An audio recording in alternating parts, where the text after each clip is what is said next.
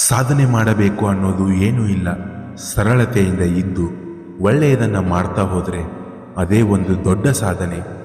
ಎಲ್ಲರನ್ನ ಮೆಚ್ಚಿಸಲು ಹೋದರೆ ನೀವು ಯಾರನ್ನೂ ಮೆಚ್ಚಿಸುವುದಿಲ್ಲ. ಇತರರ ಸಂತೋಷಕ್ಕಾಗಿ ನಿಮ್ಮ ಜೀವನವನ್ನು ನಡೆಸುವುದು ಯಾವತ್ತಿದ್ರೂ ಅಸಾಧ್ಯ. ತಡವಾಗಿ ಸಿಕ್ಕ ಯಶಸ್ಸು ವ್ಯಕ್ತಿತ್ವ ರೂಪಿಸುತ್ತೆ. ತಕ್ಷಣಕ್ಕೆ ಸಿಕ್ಕ ಯಶಸ್ಸು ಅಹಂಕಾರ ಸೃಷ್ಟಿಸುತ್ತದೆ. ತಡವಾಗಿ ಗೆದ್ದವನು ಮೊದಲನೇ ಸಲಕ್ಕೆ ಗೆದ್ದವರಿಗಿಂತ ಚೆನ್ನಾಗಿ ಪಾಠವನ್ನು ಹೇಳ್ತಾನೆ. ಇನ್ನು ಕೆಲವರಂತೂ ತಾವು ಹೇಳಿದ್ದೇ ಸರಿ ಅಂತ ವಾದ ಮಾಡುವವರ ಹತ್ತಿರ ಯಾವತ್ತೂ ವಾದ ಮಾಡಬೇಡಿ. ಅವರು ನಿಮ್ಮ ಅಭಿಪ್ರಾಯವನ್ನು ಒಪ್ಪುವುದಿಲ್ಲ. ಅವರ ನಿಲುವನ್ನು ಬದಲಿಸಲು ಸಾಧ್ಯವಿಲ್ಲ. ಅಂಥವರ ಜೊತೆ ಮಾತನಾಡಿದರೆ ನಿಮ್ಮ ಸಮಯ ಮತ್ತು ಸಂಬಂಧ ಹಾಳಾಗುತ್ತದೆ.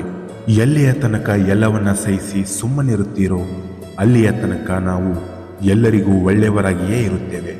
ಒಂದು ವೇಳೆ ಅನ್ಯಾಯವನ್ನು ಬಾಯಿ ಬಿಟ್ಟರೆ ಆಗ ಎಲ್ಲರಿಗಿಂತ ನಾವೇ ಕೆಟ್ಟದಾಗಿ ಕಾಣ್ತೀವಿ. ಮನುಷ್ಯ ಮನೆ ಬದಲಾಯಿಸ್ತಾನೆ, ಊರು ಬದಲಾಯಿಸ್ತಾನೆ, ಬಟ್ಟೆ ಬದಲಾಯಿಸ್ತಾನೆ, ಸಂಬಂಧಗಳನ್ನು ಬದಲಾಯಿಸ್ತಾನೆ. ಅಷ್ಟೇ ಯಾಕೆ ಕೊನೆಗೆ ಸ್ನೇಹಿತರನ್ನೇ ಬದಲಾಯಿಸ್ತಾನೆ. ಆದರೂ ಅವನಿಗೆ ನೆಮ್ಮದಿ ಇರುವುದಿಲ್ಲ. ಏಕೆಂದರೆ ಅವನು ತನ್ನನ್ನು ತಾನು ಬದಲಾಯಿಸಿಕೊಳ್ಳುವುದರಲ್ಲಿ ಎಡುವುತ್ತಾನೆ. ನಿಮ್ಮನ್ನು ದ್ವೇಷಿಸುವವರನ್ನು ಯಾವತ್ತೂ ದ್ವೇಷಿಸಬೇಡಿ. ಯಾಕಂದರೆ ನೀವು ಅವರಿಗಿಂತ ಉತ್ತಮರೆಂದು ಅವರಷ್ಟೇ ಅಂದುಕೊಂಡಿರುತ್ತಾರೆ. ನೀವು ಕೋಪಿಸಿಕೊಳ್ಳುವ ಪ್ರತಿ ನಿಮಿಷವೂ 1 ನಿಮಿಷಗಳ ಸಂತೋಷವನ್ನು ಕಳೆದುಕೊಳ್ಳುತ್ತೀರಾ.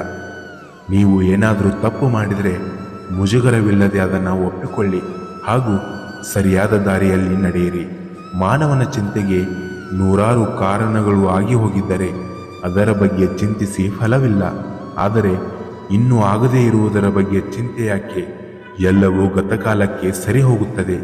ಕಾಲ ಎಲ್ಲವನ್ನ ಮರೆಸುತ್ತದೆ. ಒಂದು ಮಾತನ್ನು ಸದಾ ನೆನಪಿಟ್ಟುಕೊಳ್ಳಬೇಕು.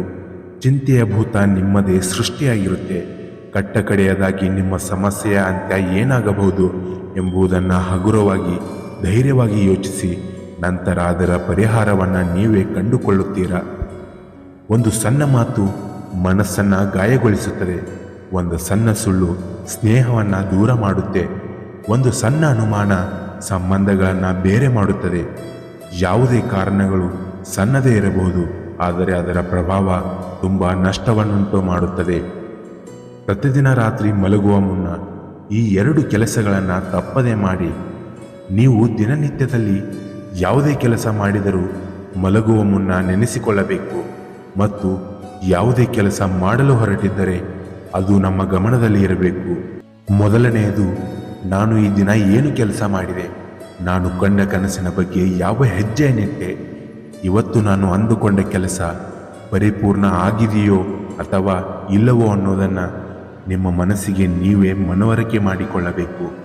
ಎಲ್ಲವೂ ಭಗವಂತ ಮಾಡುತ್ತಾನೆ ಅಂತ ಭಗವಂತನ ಮೇಲೆ ಭಾರ ಹಾಕಿದರೆ ನೀನು ಅಂದುಕೊಂಡಿದ್ದ ಕೆಲಸಗಳು ಯಾವಾಗಲೂ ಕೆಲಸಗಳಾಗಿಯೇ ಉಳಿದು ಬಿಡುತ್ತವೆ.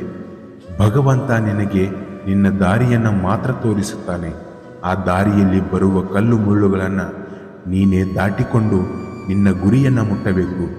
ಭಗವಂತನಿಗೆ ನಿನ್ನ ಮೇಲೆ ಸ್ವಲ್ಪ ಪ್ರೀತಿ ಜಾಸ್ತಿ ಇದ್ದರೆ ನೀನು ಸುಗಮವಾಗಿಯೇ ನಿನ್ನ ಗುರಿಯನ್ನು ತಲುಪಬಹುದು.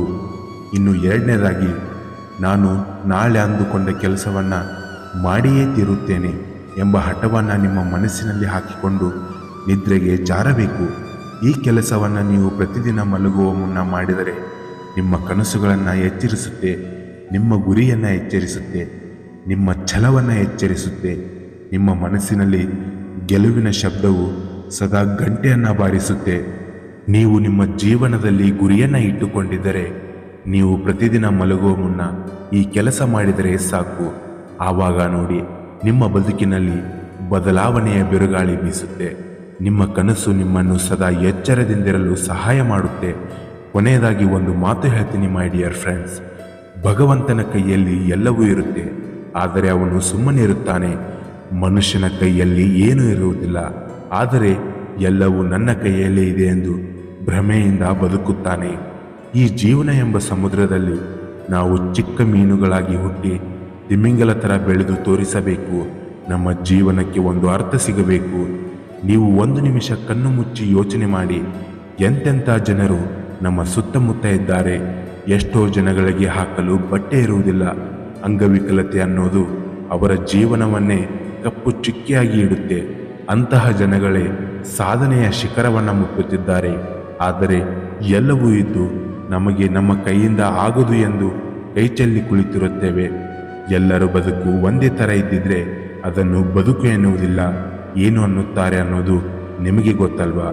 ಇನ್ನಷ್ಟು ಹೆಚ್ಚಿನ ಮೋಟಿವೇಶನಲ್ ವಿಡಿಯೋಗಳಿಗಾಗಿ ನಮ್ಮ ಯೂತ್ ಮೋಟಿವೇಶನ್ಸ್ ಕನ್ನಡ ಚಾನೆಲನ್ನು ಲೈಕ್ ಮಾಡಿ, ಸಬ್ಸ್ಕ್ರೈಬ್ ಮಾಡಿ ಹಾಗೂ ಬೆಲ್ ಐಕಾನ್ ಮೇಲೆ ಕ್ಲಿಕ್ ಮಾಡಿ. ಧನ್ಯವಾದಗಳು. ಜೈ ಹಿಂದ್, ಜೈ ಕರ್ನಾಟಕ ಮಾತೆ. ನಾನು ನಿಮ್ಮ ಅಕ್ಷಯ್ ಸೈನಿಂಗ್ ಆಫ್. ಎಲ್ಲರಿಗೂ ಒಳ್ಳೆಯದಾಗಲಿ.